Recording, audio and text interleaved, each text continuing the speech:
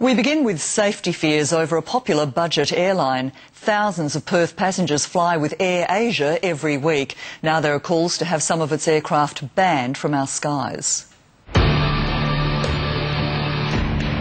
I think the situation is frightening. We would say that you should not get on that airline at this point in time.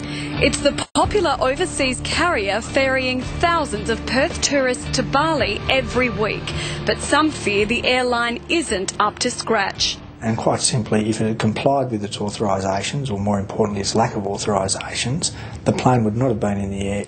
Transport Workers Union National Director Shane O'Brien is urgently calling for Indonesia AirAsia to be banned from our skies. Yes, we do think Australian passengers should be concerned about flying on this airline. We did not make this call lightly. It was the budget carrier that crashed in December last year, killing all 162 people on board.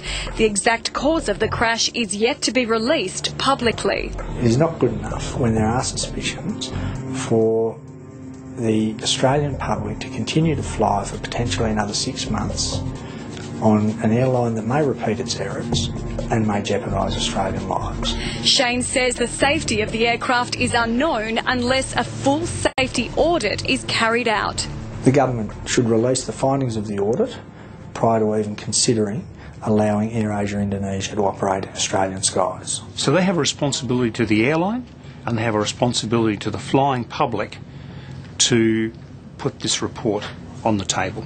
Aviation expert Jeffrey Thomas agrees Indonesia AirAsia should be grounded. To ban an Indonesian airline from flying into Australia, Indonesia may retaliate and say, we're not going to let you fly over Indonesian airspace to get to Singapore. That would have huge political ramifications. While some other countries in the world don't allow Indonesia AirAsia to fly, Australia does. The EU says you're not safe enough to fly into our territory. The United States says you're not safe enough to fly into our territory. But we say you are safe enough. I mean, people can make their own conclusions. Australia's Civil Aviation Safety Authority has the power to ground airlines. And since the December crash, CASA are watching the airline closely.